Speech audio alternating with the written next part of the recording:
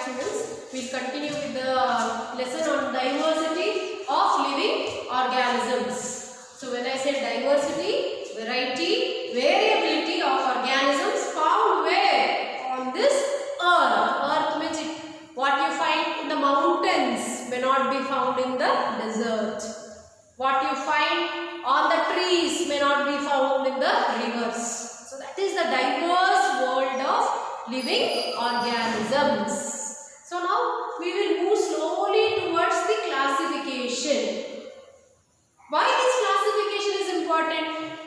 Classification is important. I already told the system of classification helps to prevent confusion or chaos. Otherwise it would be a chaotic world if we don't know the difference between algae, fungi, parasites and lichen. All these organisms, if we do not know their structure and function, that is the basic thing on which we do the classification. So living things are categorized. Categorized means they are made into categories. Two different groups. Or they are identified like producers, plants. We know plants are the universal producers. Why we call them producers? Because they produce food by the process of photosynthesis. So you have categorized them. You have identified them as producers. But we animals and human beings, we are not producers. We are consumers. So you have categorized, you have identified an organism based on their structure and function. So this forms the base for our classification. You are going to group, you are going to categorize organism based on their structure and function.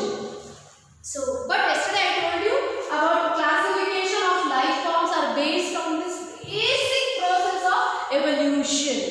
And who was that scientist, very important scientist who studied about this evolution? Charles Darwin.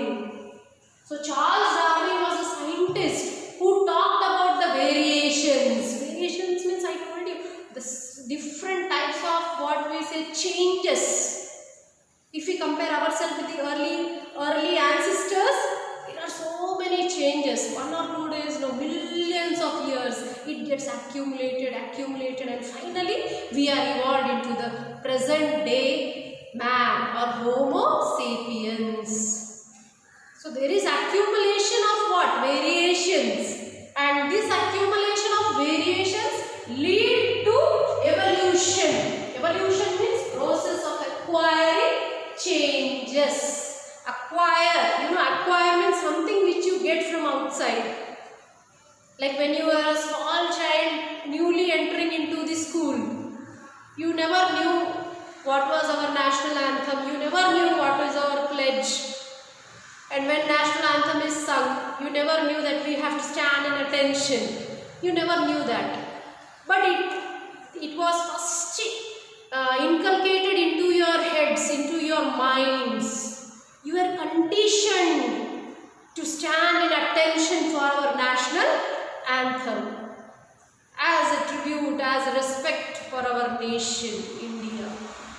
So as what happened, that is called as acquired. We are slowly acquiring that quality or that character into us, that we have to stand in attention for our national anthem. So that is acquiring something which we are taking from outside. So acquired changes, the process of acquiring changes is called as evolution. And the scientist whom you will remember is Charles Darwin. For that you have to come to page number 56. You can see the photograph of Charles Darwin, the scientist who proposed about the origin of species. In his book, the name of his book itself is Origin of Species, in the year 1859. So when you talk about evolution, don't forget this man or this biologist named Charles Darwin. His book Origin of Species, in the year 1859. So this is all about the introduction of what? Introduction of classification and evolution. So classification and evolution, now we will move forward also know what is our history. History. What is the history of this classification? So this classification, all you learnt now, do you think the scientists were the first ones who did a classification? The biologists did it? No. It was long back in the 1st and 2nd century AD, where we had our early people, especially Charak and Sushrut. So they were the early people who classified or who divided the plants based on their medical or medicinal importance.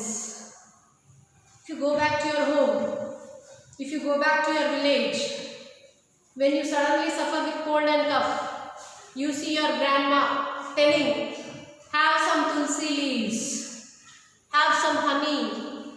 If you get an injury, immediately you have your first aid in your kitchen. You have your turmeric there.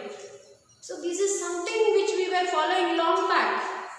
So this classification dates back to 1st and 2nd century till it came to the 16th century. So the biologists from 16th century finally made the classification as on page number 57. When you look at the page number 57, you can see a tabular form. What is mentioned in that table? If you analyze the table, you can see that there is name of scientist. There are names of different scientists here, and what is the form in which they divided the living organisms. The most accepted system of classification first was the classification of Carl Linnaeus.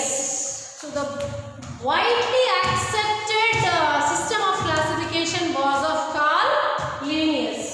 So he was a biologist. If you look at the table there, you can see in the year 1735 he had made the classification firstly. So it was he who firstly carried out the system of classification. He made genera into families, families into order, order into class, class into phyla, phyla into kingdom, kingdom into the last one.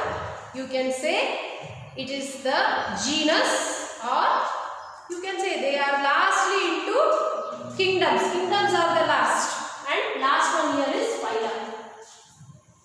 So if you go through this 57 page, he then grouped genera into families, families into order, order into class. See, I have written here order into class, class into phyla, phyla into kingdoms. Kingdoms is the last one. Animal kingdom, plant kingdom. So there you come to an end. So you have started with a bigger kingdom. Then comes phyla, then comes class, then comes order, then comes family, then comes genus.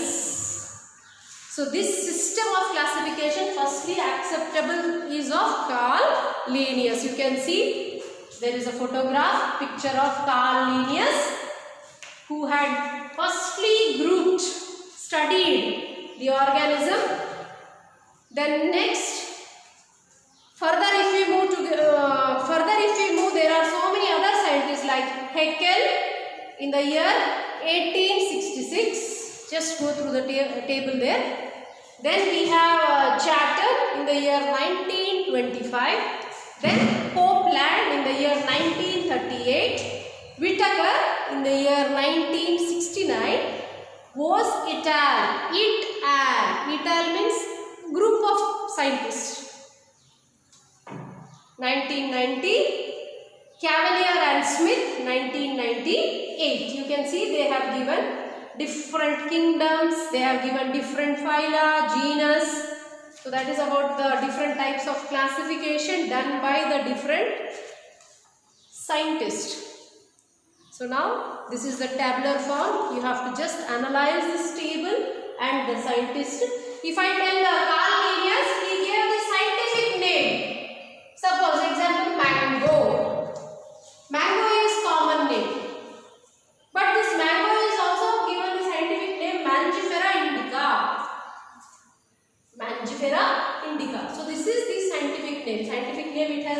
generic name and specific name. So this was all proposed by Carl Linnaeus. You have to remember this scientist Carl Linnaeus in the year 1758. See, whoever is a scientist, you have to also remember the year in which they have done the inventions.